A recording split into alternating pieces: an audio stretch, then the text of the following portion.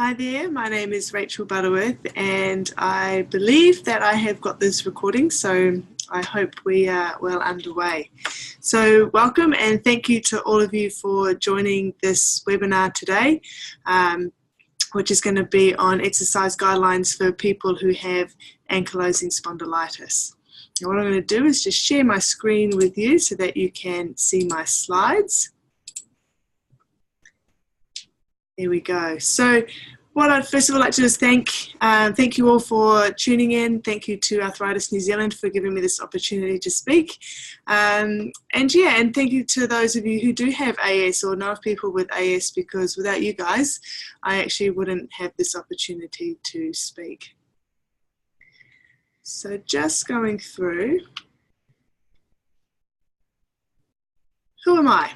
So as I mentioned before, I am a physiotherapist. I've been working in the physiotherapy world for about 15 years now, and I've been working specifically in rheumatology for the past 10 or so years. Most of my career has been over in Sydney in Australia, and it was in about 2010, I think it was, where I helped found the Sydney Spondyloarthritis Centre. For me personally, in 2013, I was diagnosed with a chronic illness, and although that's not AS and that isn't inflammatory arthritis, it is still a lifelong condition, and so it will be with me forever, just like AS is, and it has its peaks and troughs, it has its flares and remission, and so I feel that through this, as a physiotherapist, I can deeply empathise with people who suffer long-term illness. And I feel like it's through this that my passion for helping people with AS has sort of really developed and grown. I'm keen to build AS awareness and the services to people with AS, and help to educate other physios and other therapists on how to pick up this disease or suspect this disease so that people get appropriate help sooner. And so hopefully over time I can help build that. So just a bit of an overview of what I'm going to talk about today. We're going to go into some goal setting. We're going to go through who to work with. So who do you reach out to? Who do you ask for help for managing, helping you manage your AS? What the research says about exercise in AS. Something that I do with most of my clients is go through what's called a treatment pathway. So I'll go over what that is and how that helps people. We'll look at a bit of a toolkit for you and when and how to use different types of exercise. And then we'll go through a little bit of how to exercise safely.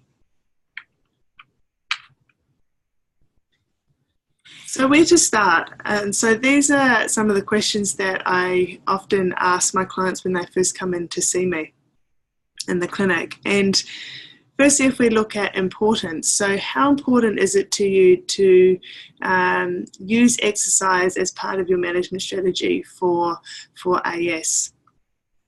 We look at how committed you are, so maybe, like on a scale of 1 to 10, how committed are you to making the changes necessary or required in order to have exercise as part of your management strategy? And how motivated are you to do this? So someone might understand that it's really important and they might be like, yes, this is something that I really need to do, but then their motivation is quite lacking or quite low. So therefore, that's going to make it really hard for an exercise regime to be implemented. And I like to know about someone's willingness, and when I talk about willingness, I mean, when a person thinks of starting an exercise program for AS, does their heart, does their body, does their mind, does everything sort of come together and go, yes, this is what I really need to do? Or are there sort of voices in your head saying, well, I should do this, and so-and-so told me to do this, and I'm just not really feeling it, and that sort of thing. And so I think that willingness is really helpful, a helpful question to ask yourself in terms of where am I in terms of making this happen and helping this to be successful. Now, I guess if there are high levels of all of these things, then what you'll find is you'll likely have a very successful outcome. That doesn't mean to say that you don't do exercise if you have low levels of these. It may just mean that working with someone may help you to find out what are the barriers, what are the things getting in the way, or where are you having some challenges to work through this, and what do you need to do to help get you to a place where you are really sort of ready to start. So these are some things to think about when endeavouring into something new, and can certainly be helpful towards the success of your new endeavours if you do have high levels of each of these things. We just talk about expectations versus goals. So I read a great post about this only a couple of weeks ago, and so that's why I've sort of put this in this talk. The danger in confusing a goal with an expectation is that when you don't get what you expected, you get frustrated, depressed, or you're ready to give up. And often many people do give up. And so it's almost like you've already decided on the outcome before even giving it a try. And so when we look at the definition of expectation, it's a strong belief that something will happen or be the case. So you sort of already decided that that's what the outcome's going to be. So when working with an exercise therapist, be it a physiotherapist or a personal trainer or a coach, just for some examples, I think it's important to have some expectations around what you would like to get out of your consultation or time with them. And so these could be examples like the expectation of how you want to be treated within the consultation, or the expectation of being listened to and heard, or the expectation of working together to create suitable goals and a plan for your treatment or management. So I think those are quite valid expectations to have when working with someone. When we look at the definition of a goal, so it's the object of a person's ambition or effort, an aim or desired result. So even just in reading the definition of a goal, it implies that this takes some work or effort, and that the outcome isn't already decided. You're working towards something, but it's not a sort of a set expectation that that's where you're going to be.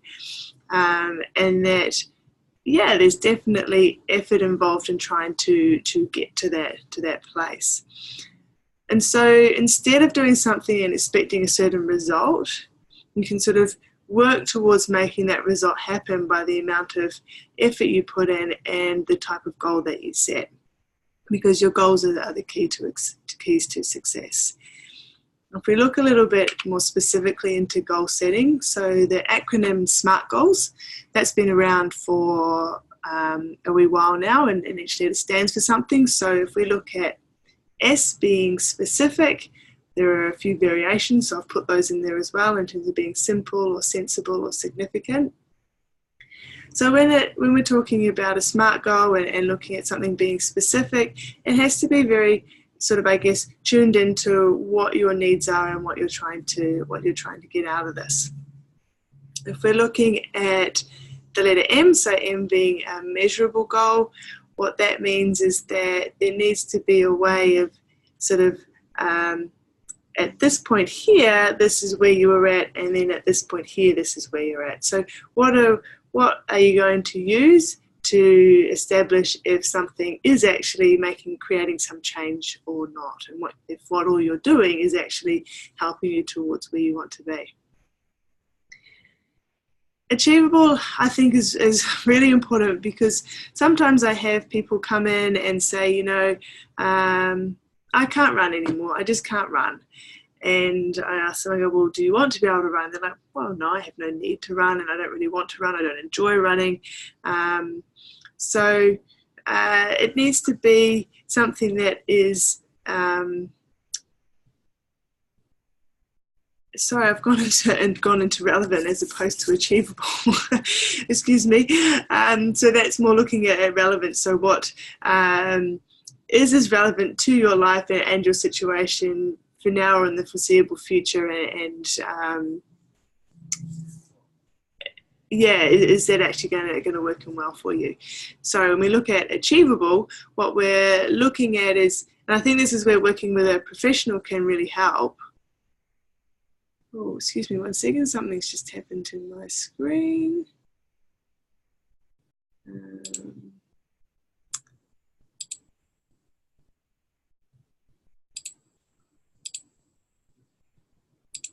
My apologies. I hope that worked out all right for you guys. So with something being achievable, this is where working with a practitioner or an exercise expert can look at what are the things that you want to be able to achieve, and actually are you able to do that within the constraints of what your body can do. And that the sort of 2 of you or 3 of you or your team of people around you sort of agree on that as being something that is potentially achievable. And looking at the T being time bound, so at what point are we going to sort of decide that, okay, this is when we've started at a point of time, and at what point are we going to maybe look at remeasuring or seeing if this goal has been achieved. And again, that can be helpful working with someone to ascertain that. So what I've done here is I've put down an example. So very often I get that someone comes into the clinic and says, I need some exercises because I have AS. And so just because you have AS doesn't mean you have to exercise, but what is it about exercising, or what is it about your condition, or what is it about your situation that makes you feel like you need to do some exercise or types of exercises? So if that's rephrased as a SMART goal, it's looking at, I want to be able to get down onto the floor and back up again to play with my kids without the use of furniture when we go on holiday in 4 months' time. So it's very specific. We can measure it because we can look at how someone's getting up and down off the floor now and where they're at in 4 months' time. It would be something that I would, as a physio, I would have to work with that person to decide, well, is 4 months' time an actually achievable time frame, or could we do that even earlier than that, or is it possible that we may need to renegotiate that time frame? It's definitely relevant because this is what's important to this person, and we've got some sort of time or scale to look at when we're able to reassess as to whether that's been achieved or not.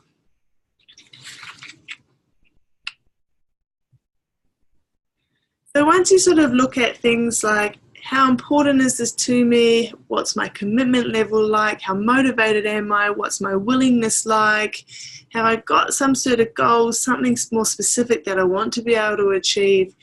Then you can start sort of thinking, well, am I ready? Am I ready to take on looking into an exercise regime to help with my AS?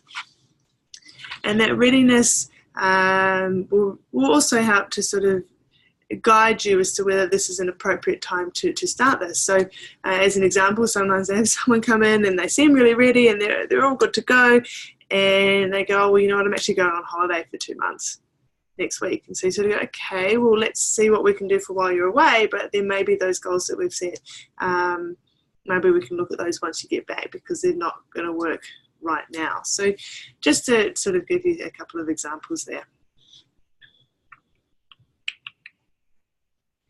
Now, you've established that you're ready, you want to start this, and you start going, okay, so where do I go from here?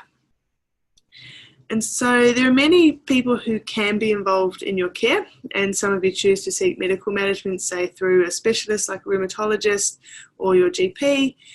Some of you might choose to not do that. Some have regular visits to your physio, some may choose more alternative therapies. Whatever and whoever you choose to have sort of in your sort of trusted circle of help is absolutely your choice. And often what I've found is with a condition like AS is that having a variety of people involved and not so reliant on just one practitioner is often more helpful. So what I mean by that is that you may have a physio and a personal trainer, for example, or you may have a dietitian if you've got inflammatory bowel symptoms, and a physiotherapist. I mean, it would be lovely if you could have an AS specialist who could cater all of these different facets, but unfortunately that's not how health is generally how we're trained in the field of health and medicine. So when it comes to exercise therapy, physiotherapists do tend to lead the way with prescribing exercise for people with AS. I will be the first to admit that most physiotherapists don't know how to do this well. So what is really, really important, what's most important, is that you find someone who understands AS and understands your AS and how it affects you. Because each of you are different and you're all going to be at different stages of progression of where AS is at. And I think that finding that person that understands how AS affects you is what's really, really vital. And so this sort of goes into, well, who to work with. I think it's important to shop around and to not be afraid to stop seeing someone if you don't feel like you gel with them. Maybe give someone 1 or 2 sessions or 2 episodes, consultations, whatever it is, of your time, and decide whether you feel like this is someone who you want to continue to work with, or you feel that no, they just don't quite get me, I don't feel like they're listening, I don't feel like they hear me, I don't think they empathize with me, or whatever it is. Trust your gut. If you just don't feel like it's quite working, then just go, no, this isn't working for me, and shop around. You never know if it might be the personal trainer down the road who actually has AS themselves, and that they actually are quite interested in working with other people with AS and that sort of thing. So you've got to sort of look, and I think when there's not going to be a lot of people around, unfortunately, who maybe work in this field, then you've got to keep looking and seeing what is around. And so yeah, they must understand AS as a disease and as a disease process, and then also how that AS affects you and your life and your family and the wider circle of for you socially.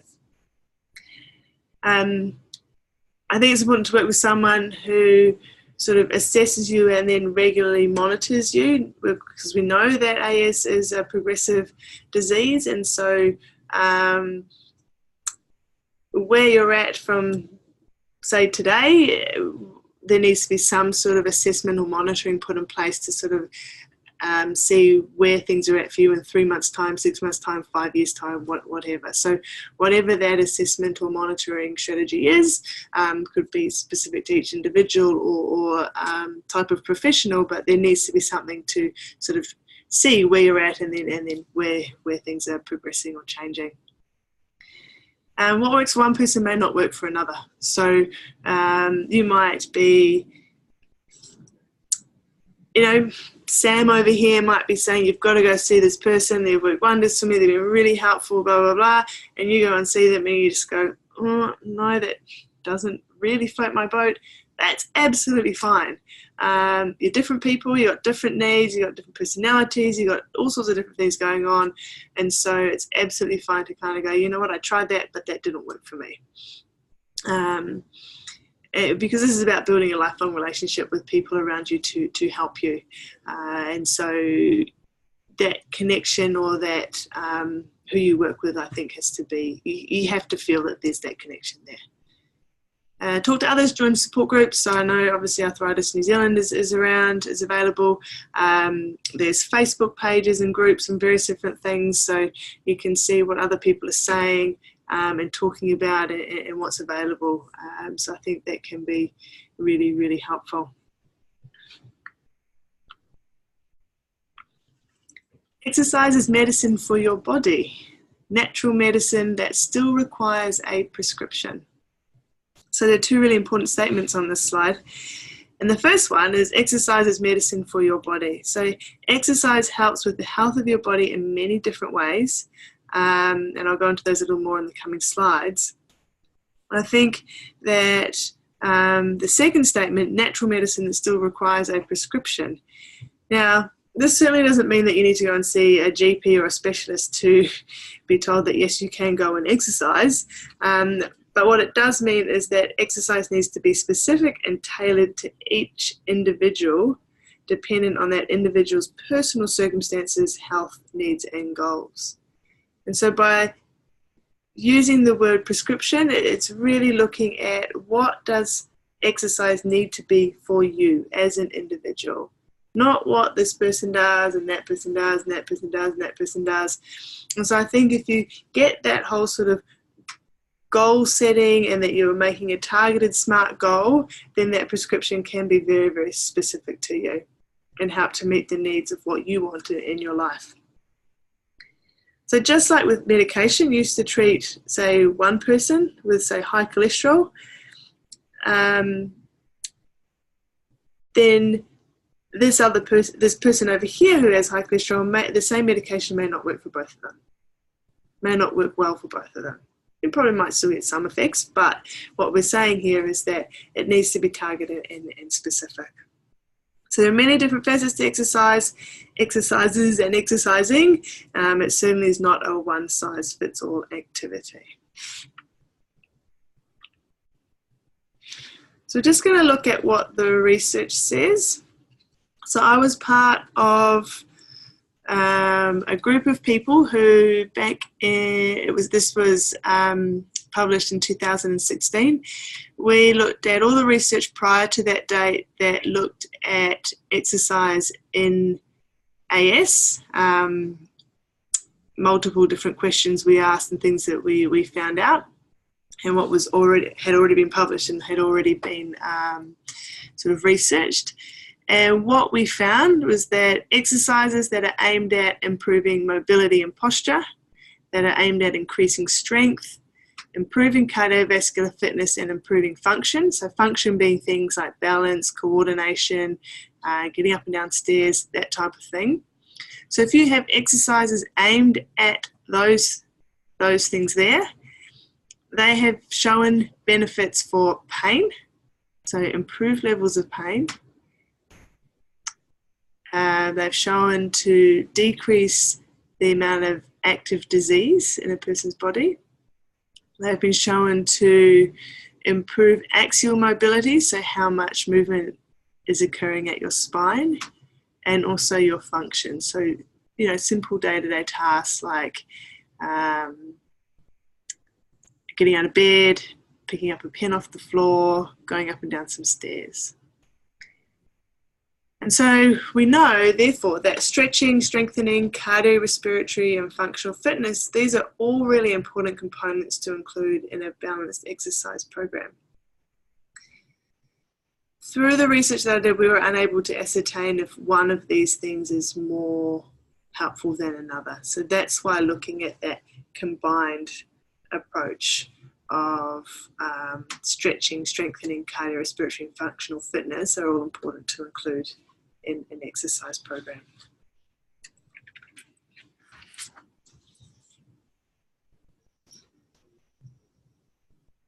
So there are lots of things you can think about when we look at exercise. So how often do I have to exercise? How long do I have to exercise for? How intense does it need to be? Which ones do I do? How much? How little? What type?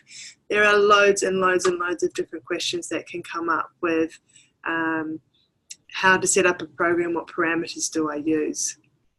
And so I think that if you go back to looking at goal setting, then that will definitely, and establishing that SMART goal, then what you'll find is that that's going to definitely give you some direction, as well as the people wanting to help you and support you, and that team of people that you have around you.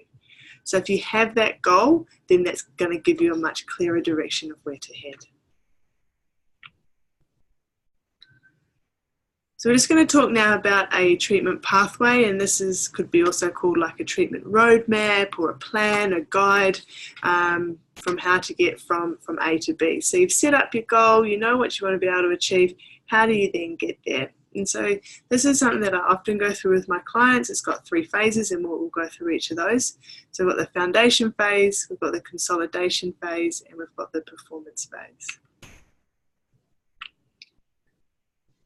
So in the foundation phase, this is where we sort of set up a bit more of an exercise plan. So when to exercise, where to exercise, how to exercise, what exercises are we going to do, how's someone going to fit it into their day-to-day life, their weekly life, what time of the day is going to work better, all that sort of stuff. So it often involves a bit of trial and error.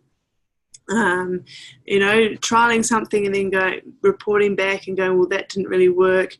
What were the roadblocks? What were the challenges? What got in the way of being able to achieve that? Can we shift and move things around and change things so that that it can work a bit better for you? And this is just from an exercise component. A physio can offer a lot of other things in this phase, but just from the exercise component of helping you with your AS, this is sort of what that initial foundation phase is about. We then go into the next phase and looking at consolidation. So this is where people have a pretty established exercise regime. They've got it sort of happening regularly, whether that be daily or however many times a week, whether they're choosing to go to a gym or exercise from home, but it's happening sort of fairly consistent, it's well established. And from here we can then start to build on the foundation. So starting to look at sort of more global exercise, functional exercise, I guess maybe some of the activities that you want to do. And I think that it's within this phase, after you've been in this phase for maybe a few weeks, it's often here that you can start to see how what you're doing fits towards your goal. And I think your goal then now starts to feel more tangible. And so that really helps to build motivation and confidence in what you're doing and why you're doing it. The performance phase, now this doesn't mean you have to get up and do a little jig in front of your physio. What this means is that really your goal's been achieved. And within this phase, it's either looking at some sort of maintenance level or looking at whether new goals want to be established if someone desires. So here you can start to see how capable you are of doing more than maybe you originally thought was possible. And so that can then lead to more goal setting or changes in health and well-being, or you may find that, yay, I've reached where I really want to be, and now what do I do to maintain this? Sometimes other healthcare practitioners are introduced at this stage depending on what your goal is, so maybe a nutritionist or dietitian, or maybe a personal trainer or something along those lines in regards to sort of exercise, well-being and health.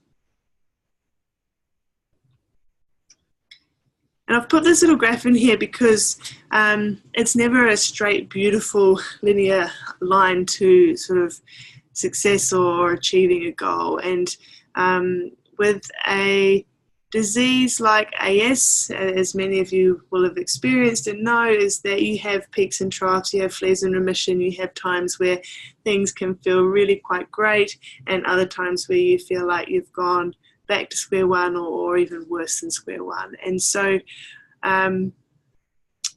knowing what to do at each of those stages and what type of exercise to do and how to mold and shift and change or adapt to what you're doing relative to what your body's going through and what symptoms you have, I think is really important. And I think that if you work with someone who understands AS and the nature of AS, then they can give you the tools to help with that. So this is where I lead into having a toolkit. So knowing what type of exercises are appropriate for you when you're in a flare. How much do you push? How much do you not push? What do you have to shift and change around in order to best look after yourself? And then what do you do as you're coming out of that flare? How much can you push? How much do you have to hold back? And then obviously being able to exercise when you've really got minimal symptoms or no symptoms at all, and how to then exercise to better health. And so what I like to provide for my clients is sort of strategies within each of those different circumstances. And it might take a bit of trial and error, because when I first meet someone and they're not in a flare, I don't necessarily know what's going to work for them when they are in a flare. But when they are in a flare, we can try to work that out along the way. Obviously the aim is to try to reduce flares and the amount of pain and symptoms that you have. So trying to work through all of those different stages is important, and what to do in each of those. Just a little note on exercising safely. So what we know, this is more so for people who have really, really established AS. So they're quite, I guess I would say maybe they've got a lot of fusion in their spine, or they're quite restricted with the amount of mobility that they have, as opposed to those who are, say, in your 20s and 30s and early diagnosed and that sort of thing. So what we know is that there's a small increase in cardiovascular risk factors, so and ischemic heart disease, so what's happening within your lung and your hearts, lungs and your heart. People can have decreased pulmonary function, so what that means is how well your lungs function. And some of that can be in relation to how well your ribs and your spine move when you breathe in and out. So that can be really important from an exercise perspective, to try and keep that movement going for as long as possible. Spinal osteoporosis. So osteoporosis is sort of decreasing the sort of density and the structure of your bone. Spinal fracture risk, so that's again in more so people who have well-established AS, maybe where they've got areas of fusion in their spine. And because of the stiffening and the fusion, then people can often, they just don't have the ability to move as well, so maybe falling over becomes a little bit easier, because as they go to fall, they have difficulty trying to right themselves or bring themselves back up to a better position. As I mentioned, these are more for people who are quite established and down the line in terms of AS. So some take-home messages is find the people you connect with to be part of your health team. Shop around, find those that you just feel that, listen to you, you feel heard, you feel that they understand you, and that they're, really sort of that connection, I think, is really important. Establish goals to give yourself and your team direction for where you want to go. That helps to guide you with, are you actually getting anywhere? Is all this work that you're doing actually helping you in any way? Rather than sort of, I guess, flapping about in the ocean with no real direction to go. Make sure that you have some sort of way of monitoring and reassessing where you're at. So again, that you can see that there's some sort of progress or shifts or change. And most importantly, that exercise has been shown to give you benefits. So it helps. It definitely helps. And I see it in the people who exercise regularly, and I can see the changes within them quite early on, to be honest. So when you're ready, take it on board and try to give it a go. So thank you very much to Arthritis New Zealand for this opportunity. Thank you to those who have been tuned in and listening live, and many thanks to those also who are viewing this at a later time. And I hope that you have gained something from my talk today.